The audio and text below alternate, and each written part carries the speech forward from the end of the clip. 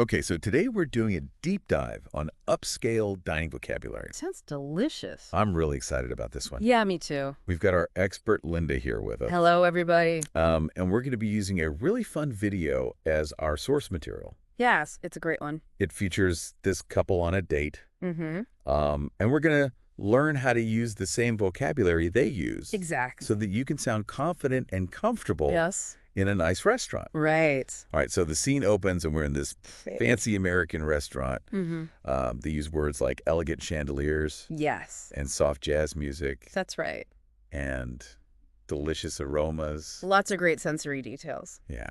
So, Linda, can you tell us a little bit more about how those words work to create that upscale feeling? Yeah, definitely. So, when we talk about something being upscale, we're talking about, kind of luxury and high quality.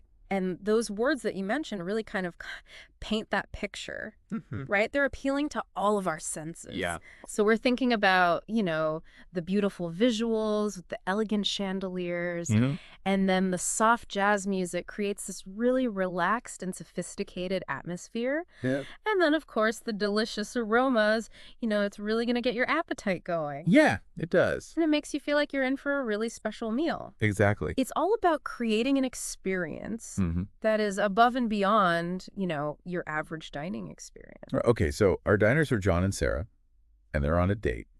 And the first thing John does is order a house red wine. Classic move. So can you tell us a little bit more about what a house wine is? Sure. So a house wine is basically a wine that the restaurant selects to be their kind of go-to option. Okay. It's usually a good value for the price, and it's chosen to pair well with a lot of different dishes on the menu. So it's a safe bet. Exactly. Right. If you're not a wine expert or you're not sure what to order, Yeah. the house wine is usually a good choice. Okay, great tip. All right, so now Sarah's looking at the menu, Mm-hmm. and she says something that I think we can all relate to. What's that? She says, everything looks so delicious, it's hard to decide. I know that feeling. Yeah, me too. Yeah. But is there a more, sophisticated way to say that? Yeah, I mean, it's totally fine to say that you're having trouble deciding, Okay. but you can definitely express it in a way that sounds a little more, confident and engaged. Okay. So instead of just saying it's hard to decide, you can try something like, everything looks so tempting. What are some of your favorites? Okay. Or you could say something like, I'm having trouble narrowing it down. Everything sounds amazing. Those are really good. Yeah. I like that. Okay, so now the server comes up Okay. and points out the chef's special. All right. And he mentions that one of the dishes is a most popular dish. So what's going on there? Why do restaurants do that? Well, restaurants want to sell their food. Of course. And so highlighting the chef's special and the most popular dishes is a way to kind of nudge customers towards certain items. The chef's special is often something that features seasonal ingredients, or it's something that the chef is particularly excited about. Okay. So it's a way for them to kind of showcase their creativity. I see. And then the most popular dishes, that's just using social proof. Oh, interesting.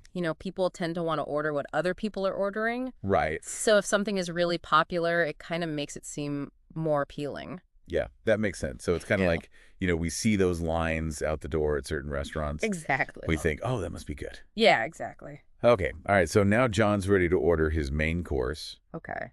And he goes for the New York strip steak, medium rare. Good choice.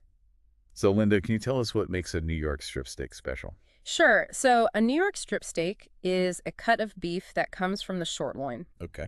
which is a muscle that doesn't get a lot of exercise. So it's known for being very tender and flavorful. I see. And when it comes to doneness levels, medium rare means that the steak is cooked on the outside, but it's still pink and juicy on the inside. Okay. So there's a little bit of a sear, but it's not cooked all the way through. Okay. So what are the other levels of doneness? Sure. So if you like your steak really rare, you can order it rare, which means it's going to be very red. Okay. And then there's medium, which is kind of in between rare and medium rare. And then there's medium well, which is cooked a little bit more than medium. And then finally there's well done, which means it's cooked all the way through and there's no pink left. Okay. So well done is like no pink. No pink. Got it. It's basically cooked all the way through. Okay. And then what about John's sides?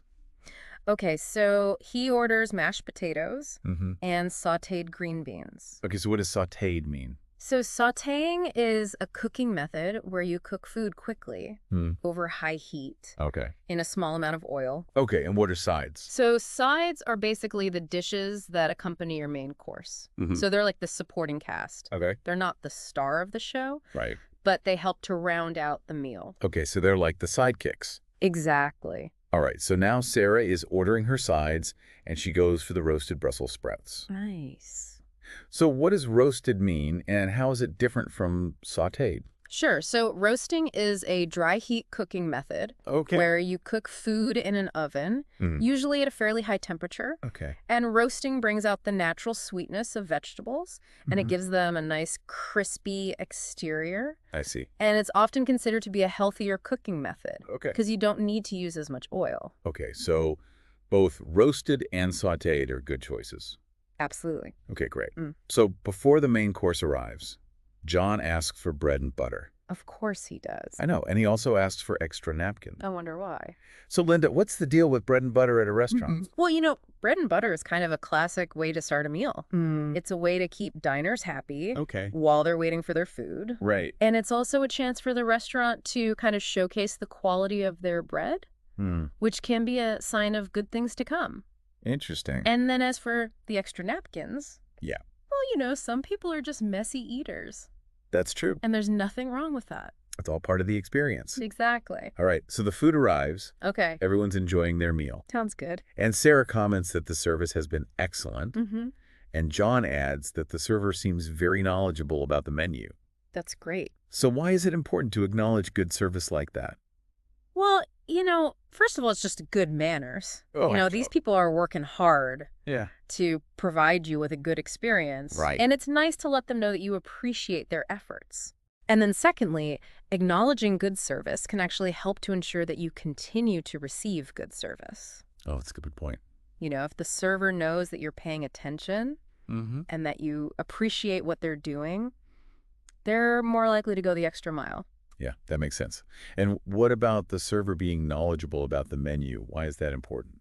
Well, a knowledgeable server can really enhance your dining experience. They can answer any questions you have about the dishes. Okay. They can make recommendations based on your preferences.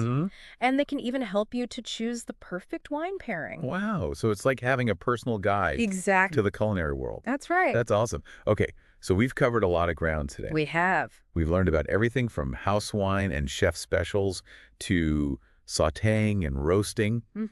And I think it's amazing how these words can really paint a picture of the upscale dining experience. It really does. So, Linda, do you have any final tips for our listeners who want to improve their dining vocabulary? Sure. One of the best ways to improve your vocabulary is to just practice using it. Okay. So next time you're at a restaurant, try using some of the words and phrases that we talked about today. Yeah. And, don't be afraid to ask your server questions. That's what they're there for. Right. And another fun way to learn new vocabulary is to watch cooking shows. Oh, yeah. You'll hear all sorts of interesting culinary terms. And you'll also get to see how different dishes are prepared. Right. Which can be really helpful. Awesome. Okay, so those are great tips. And that is it for our deep dive today. Thanks for having me. Of course. Thanks for joining us, Linda. It was fun. And for our listeners, be sure to subscribe to our YouTube channel and hit the notification bell so you don't miss any of our deep dives. Yes, please do. We're here to help you improve your English through conversation, and we'd love to hear your thoughts on this episode. So leave us a comment below. And until next time, happy dining. Bye.